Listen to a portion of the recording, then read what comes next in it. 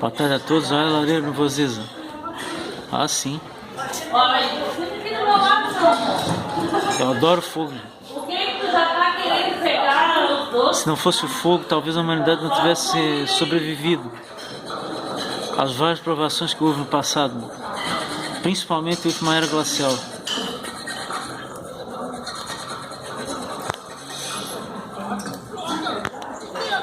Tá bom, aí cai nessa ladeira,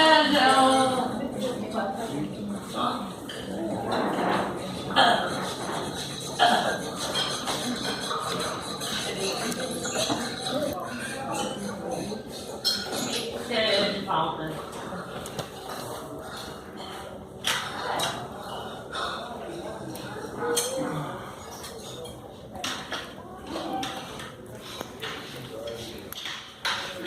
É isso aí. Bom.